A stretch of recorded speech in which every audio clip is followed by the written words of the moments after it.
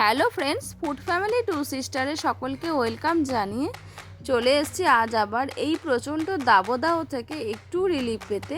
আজ আমি নিয়ে চলে এসেছি তরমুজের জুস বা তরমুজের শরবতের রেসিপি। তো আমি এখানে একটা মিডিয়াম সাইজের তরমুজ কিউব করে কেটে নিয়েছি। এবার সেখান থেকে বীজগুলো আপনারা চাইলে বের করে নিতে পারেন বা বীজ থাকলেও কোনো প্রবলেম নেই।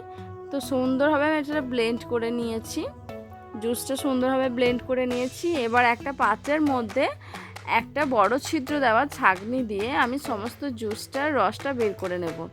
এখানে চায়ের ছাঁকনি হলে হবে না, যাতে করে ছাঁকনির ছিদ্রটা একটু বড় থাকে সেরকম ছাঁকনি নিতে হবে। সুন্দরভাবে জুসটা বেরিয়ে গেছে দেখুন। এবার আমি সেটা সার্ভ করার জন্য এখানে দুটো আমি গ্লাস নিয়ে নিয়েছি। তার মধ্যে দিয়ে দিচ্ছি পরিমাণ মতো চিনি এবং পরিমাণ মতো বিট লবণ। তার উপর আমি দিয়ে দেবো দুটো ছোটো ছোটো টুকরো করে কেটে রাখা পাতিলেবু।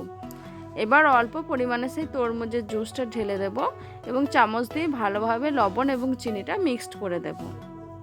এই প্রচণ্ড গরম থেকে একটু বাঁচার জন্য প্রত্যেকেই বাড়িতে এই তরমুজের জুসটা বানিয়ে দেখুন, অবশ্যই এই গরমের মধ্যে এটা ভালো লাগবে।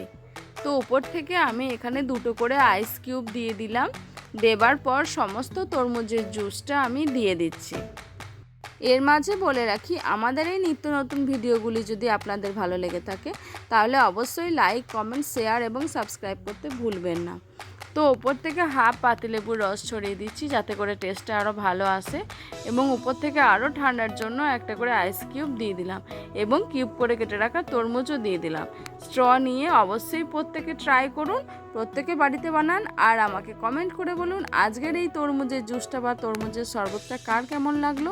তো প্রত্যেকে ভালো থাকবেন, সুস্থ থাকবেন, বাই।